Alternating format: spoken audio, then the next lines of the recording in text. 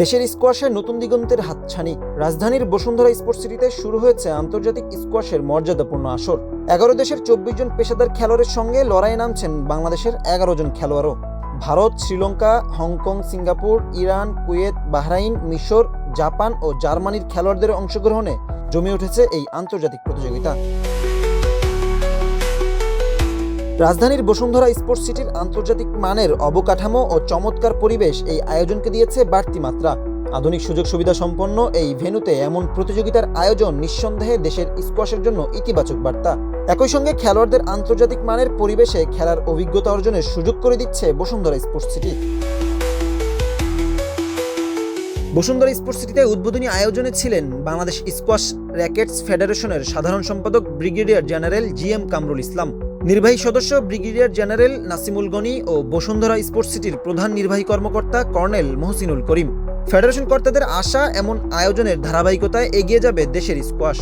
পাশে থাকার জন্য বসুন্ধরা গ্রুপকে ধন্যবাদ জানান তারা। যে বাংলাদেশে ওয়ার্ল্ড র্যাঙ্কিংওয়ালা দুটা তিনটা খেলা আছে যেখানে প্লেয়ারদের ওয়ার্ল্ড র্যাঙ্কিং আছে। একটা হলো ক্রিকেট আর একটা হলো স্কোয়াশ। আমরা শূন্য থেকে স্কোয়াশকে এই পর্যায়ে নিয়ে আসছি।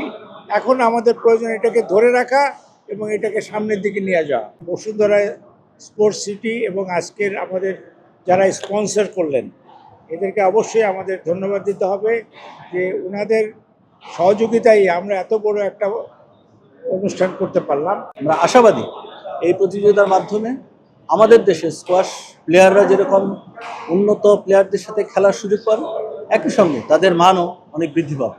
আমরা বসুন্ধরা স্পোর্টস সিটিকে ধন্যবাদ জানাই আমাদের এরকম একটি আয়োজন করার জন্য, সর্বাত্মকভাবে সহযোগিতা করার। অন্যদিকে বসুন্ধরা স্পোর্টস সিটির কর্মকর্তারা বলছেন, এখানেই গড়ে উঠবে দেশের স্কোয়াশের কেন্দ্রবিন্দু।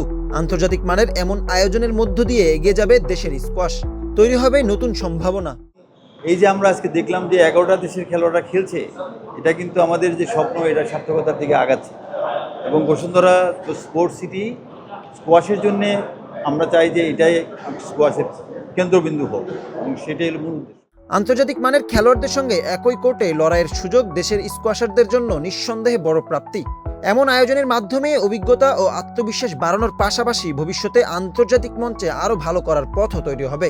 5 দিনের এই আন্তর্জাতিক আসরের পর্দা নামবে আগামী 28 আগস্ট ফাইনালের মধ্য দিয়ে।